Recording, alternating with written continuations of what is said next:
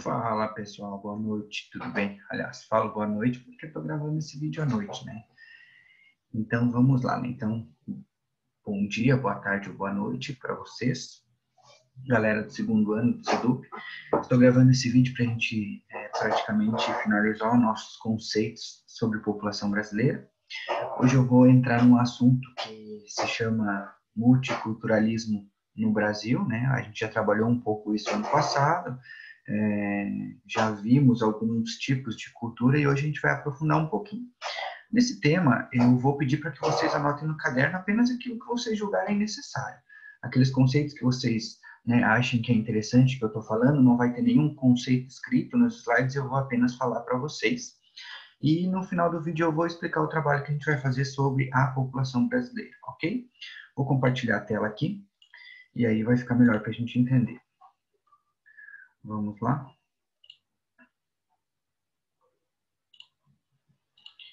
Vamos compartilhar aqui para ficar legal. Então, vamos lá, galera. Então, multiculturalismo, que coloquei uma imagem só para fazer uma alusão, tá?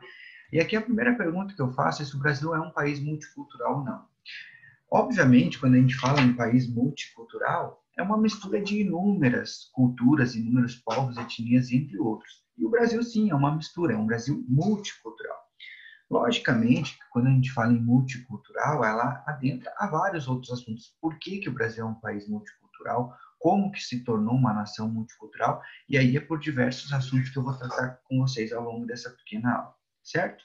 Então, quando a gente faz essa pergunta se somos ou não somos multicultural, é óbvio que somos, porque somos uma mistura de povos.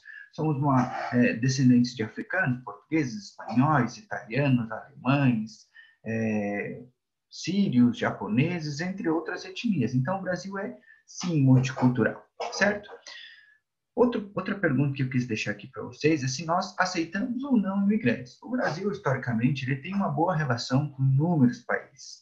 Então, o Brasil é um país que tem a fronteira praticamente aberta para as pessoas que vierem para o nosso país. Então, num contexto geral, o Brasil acaba aceitando imigrantes. É claro que nós não temos condições de receber como deveriam esses imigrantes, mas, querendo ou não, esses imigrantes vêm e ficam no Brasil. Primeiro porque não temos leis tão graves assim contra imigrantes, né? O máximo que pode acontecer é ser deportado, muito diferentemente, por exemplo, dos Estados Unidos, da Inglaterra, do Canadá, da Austrália, que tem leis muito severas quanto a isso. O Brasil é um país tranquilo, digamos assim, quanto a essa questão de imigração. Logicamente que há alguns imigrantes que vêm para morar aqui no Brasil, né, não ficam por um tempo ou trabalhar aqui no Brasil, muitos dos casos ficam aqui ilegalmente, né? Mas, como já comentei, o Brasil é um país muito tranquilo quanto a isso e geralmente não acaba não prendendo essas pessoas ou não expulsando, né? Acaba regularizando e as pessoas ficaram por aqui. Outro ponto que a gente tem que entender, né, que eu já comentei também, que é a mistura de etnias e povos. A gente tem que entender que as pessoas que começaram a vir para o Brasil já aconteceu lá atrás, lá em mais ou menos 1530, quando os portugueses, que acabaram descobrindo aqui o nosso país, começaram a trazer escravos para trabalhar aqui. Sejam escravos africanos ou sejam prisioneiros em Portugal, entre outras coisas. Após 1530, existiu, né, uma questão de vinda de pessoas para cá, né? Também existiu a questão de trabalhar com os índios aqui no Brasil, né? Principalmente, digamos assim, domesticá-los, né? Para ensiná-los a trabalhar e também na questão religiosa, né? Que as pessoas vinham aqui de Portugal, um país totalmente católico, e tentavam fazer que com os índios se tornassem católicos também. Após isso, começaram a vir portugueses, né? Que com o Tratado de Tordesilhas começaram a vir muitos portugueses e espanhóis para o Brasil, né? E essa mistura de povos veio se moldando até o contexto que a gente tem hoje. É óbvio que após essa mistura começaram ali em 1900 mais ou menos vieram alemães, franceses, holandeses, japoneses, sírios, libaneses, judeus, eslavos, entre outras etnias vieram para o Brasil. Então, por isso que o Brasil é multicultural, porque essa mistura de pessoas que vieram morar aqui acabaram formando esse país que a gente vive, certo?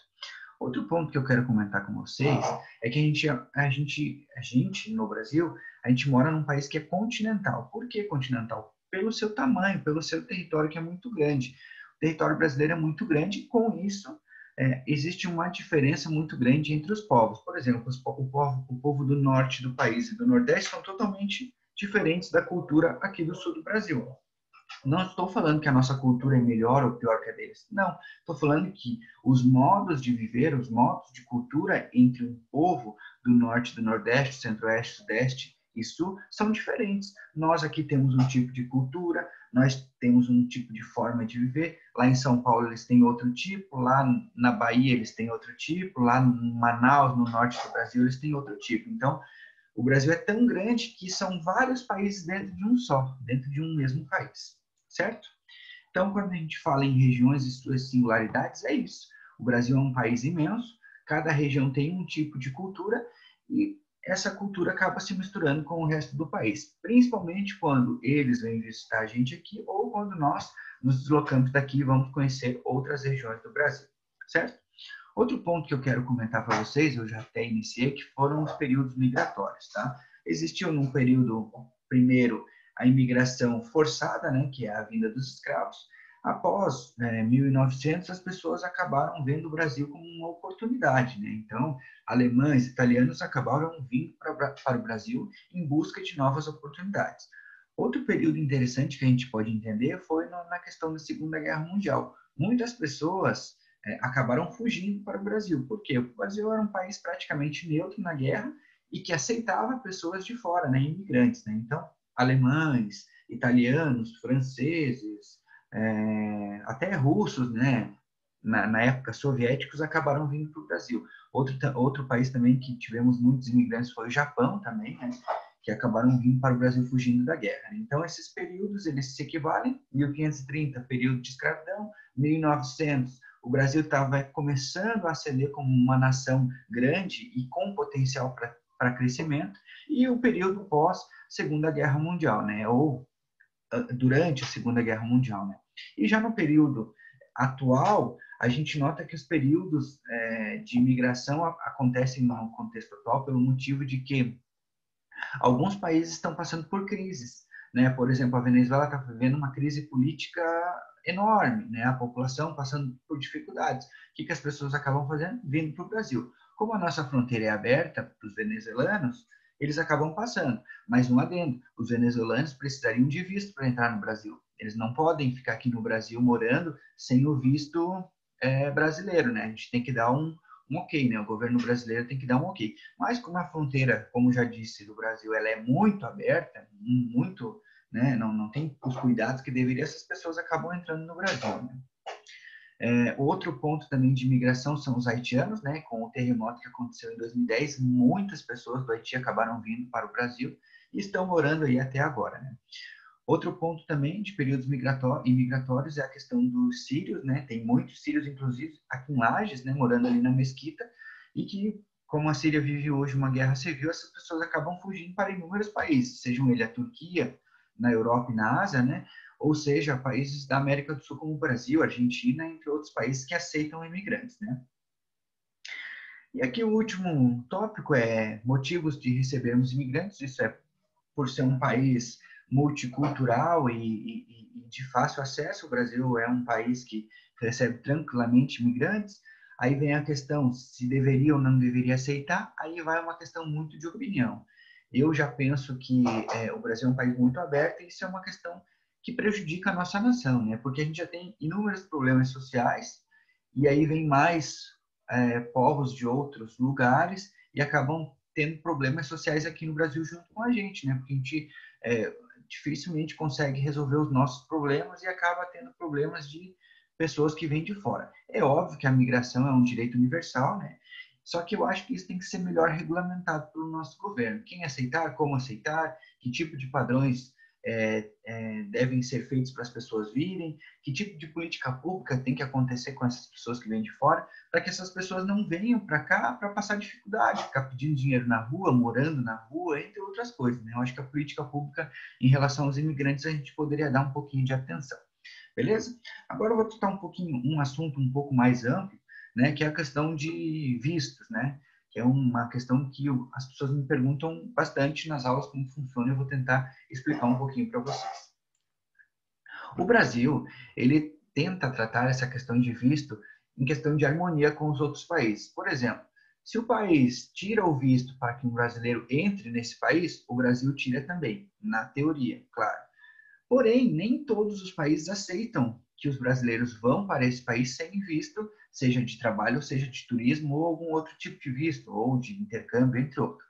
Aqui nesse mapa, vocês podem notar os países que são isentos de visto para entrar no Brasil, tá? Então, esses países que estão em azul, eles podem entrar no Brasil sem visto nenhum. Eles podem ficar aqui em prazos de 30 a 90 dias como turistas, né? E se for um visto de trabalho, aí é um mecanismo um pouquinho diferente, porque aí tem que ir na embaixada. Mas aí varia de cada acordo entre os países. Por exemplo, o acordo entre Brasil e Estados Unidos é um, entre o Brasil e Itália é outro, e assim por diante. Então, notem que o Brasil é um país que ele é tranquilo quanto aos imigrantes, né? São mais ou menos 99 países que podem entrar no Brasil sem visto. Então, é uma quantia grande, né? Temos 200 e poucos países, metade deles podem entrar no Brasil sem visto. Obviamente, apenas com um passaporte, né? E podem ficar no Brasil em prazos de 30 a 90 dias, dependendo do acordo entre os países, beleza? Aqui, nesse próximo aqui, são países que não liberaram um visto de forma recíproca para o Brasil. São eles a Austrália, que você precisa, né, tirar um visto para você entrar na Austrália, e os australianos podem entrar no Brasil. No Canadá, você precisa de visto também, tá? O Canadá, o visto é tirado em Curitiba, se não me engano, e em São Paulo. E o visto australiano, ele é retirado apenas pela internet e tem um custo de mais ou menos R$ 600. O visto chinês é um pouquinho diferente. Por quê? Porque se você for para a China sem visto, você pode ficar no máximo 6 dias. E você não pode sair da cidade que você chegou no seu destino final. Por exemplo, se eu fui para Pequim sem visto, eu posso ficar 6 dias.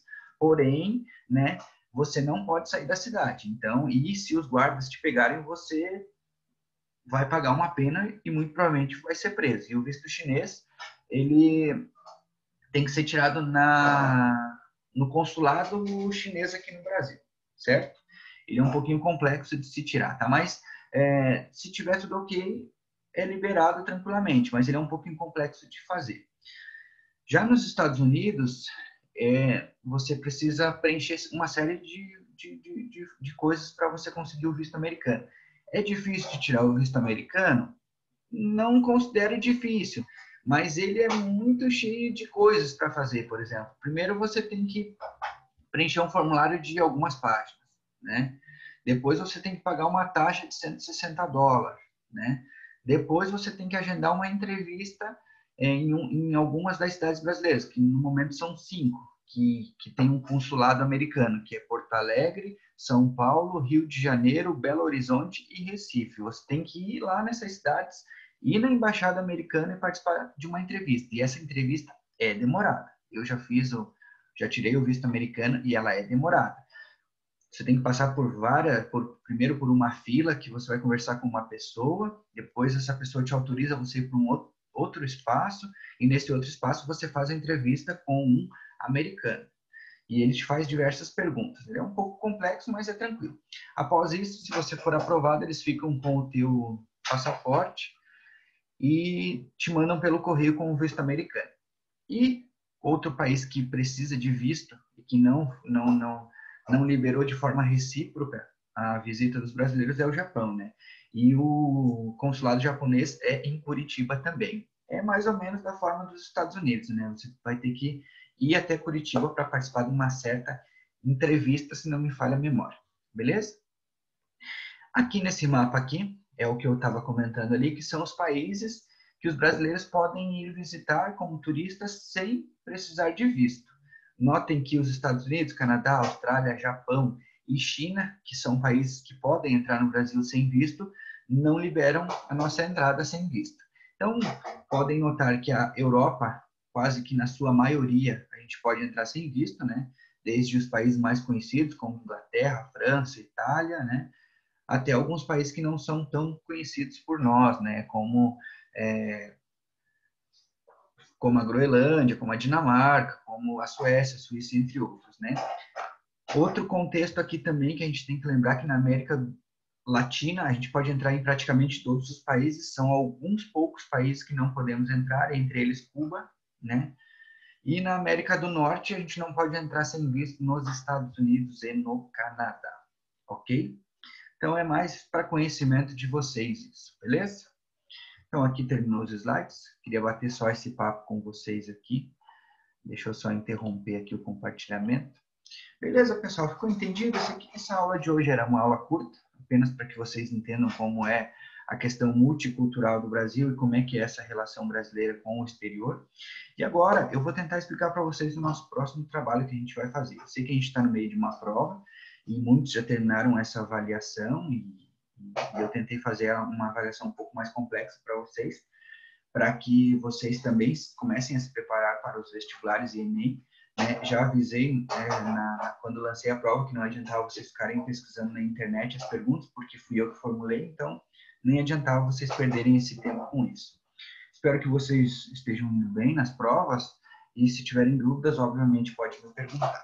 Mas agora, para a gente finalizar esse tema de população brasileira, eu vou passar um trabalho para vocês referente à população brasileira ao longo do tempo. Como que a gente vai fazer isso? Como é que vai ser a nossa base? Vamos pegar uma data e vamos progredir? Não. Para a gente agregar conhecimento e não só apenas falar da projeção de aumento de população no Brasil, a gente vai trabalhar os presidentes da República e a população da época. Separei alguns tópicos, né, que a gente pode estar falando nesse trabalho, que é a idade do presidente na época, qual profissão que era a dele, o tempo que ele ficou no cargo, os lemas e as frases que ele utilizou quando estava no governo, principais obras e promessas desse presidente da época, certo? Outra coisa que eu acho importante para a gente entender e ver a progressão da população brasileira é que vocês coloquem no trabalho qual que era a população da época.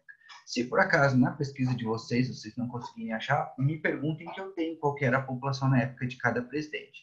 A gente vai começar lá atrás, lá em 1890, mais ou menos, como presidente da época, até o Jair Bolsonaro, que é o presidente atual. Eu vou fazer pela sequência da chamada, então não reclamem o presidente que vocês pegarem, porque não adianta vocês ficarem me reclamando. E eu já vou mandar a lista essa semana dos presidentes e vocês já vão separando o material. E na segunda-feira eu já passo o trabalho para vocês estarem fazendo. Combinado? Beleza? Então, era isso, pessoal. Foi uma aula curtinha, só para que vocês entendam que o Brasil é um país multicultural e alguns conceitos que eu passei para vocês. Se quiserem anotar no caderno, tranquilo. Essa é uma aula mais light, digamos assim, porque a gente está numa semaninha de provas e logo vamos ter mais um trabalho. Beleza? Então, fiquem com Deus, boa noite e até mais.